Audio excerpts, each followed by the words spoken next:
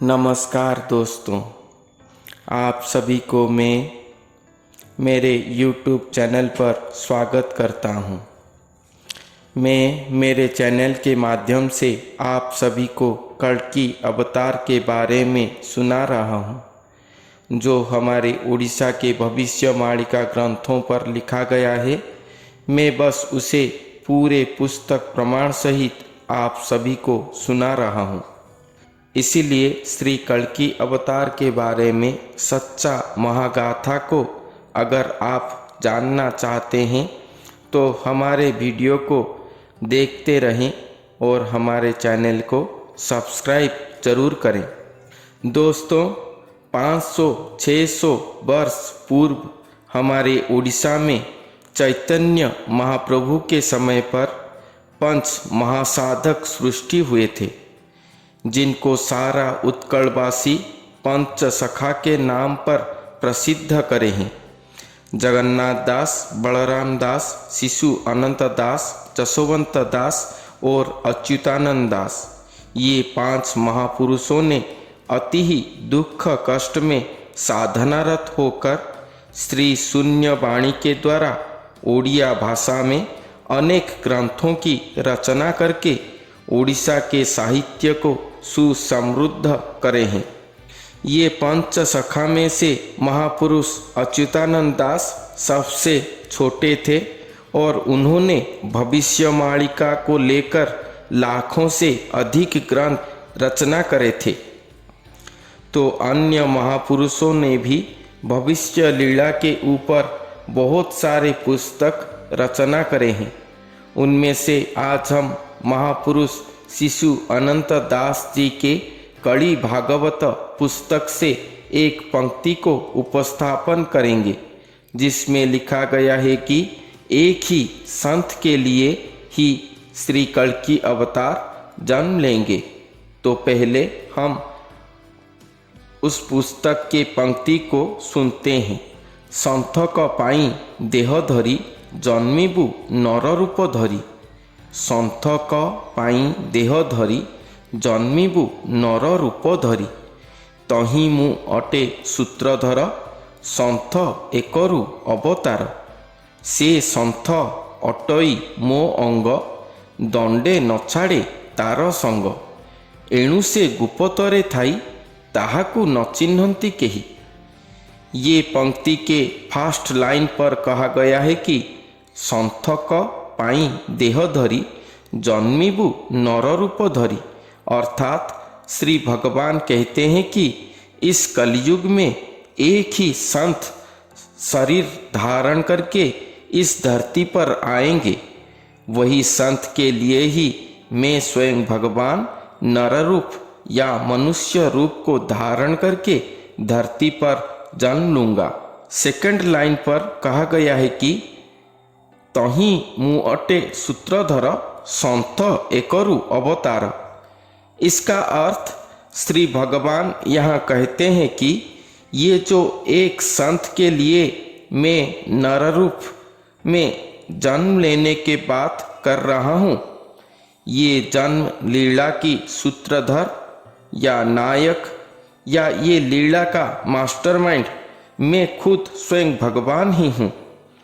इस अवतार लीला की रचना प्रक्रिया को मैं खुद स्वयं भगवान ही परिकल्पना किया हूँ।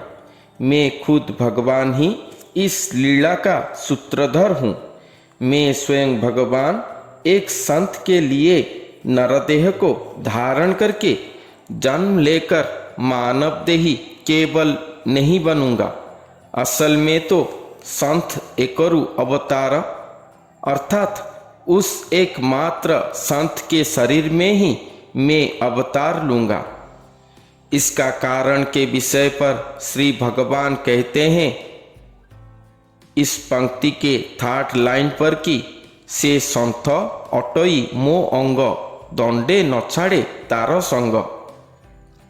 अर्थात वो संत मेरा ही अंग है, वो मेरा ही स्वरूप है, वो मेरा अंश स्वरूप है और मेरे निर्देश आदेश पर ही मुझसे आज्ञा लेकर धरती पर जोनी जात स्वरूप में अवतरित होकर शरीर धारण करे हैं। इस धरती पर वो संत का मानव अंग ही मेरा अंग स्वरूप है, जिस अंग में अपना जन्म लीला रचना करके मैं स्वयं भगवान खुद वो संत के अंग को धारण करूंगा और खुद मानव देही कहलाऊंगा। इसीलिए से संत अटई मो अंग दंडे न छाड़े तार संग, अर्थात एक क्षण या एक दंड के लिए भी मैं वो अंग स्वरूप को छोड़कर नहीं रह पाऊंगा। ये कैसे संभव है? क्या किसी का आत्मा उसके शरीर को एक क्षण छोड़कर रह पाएगा?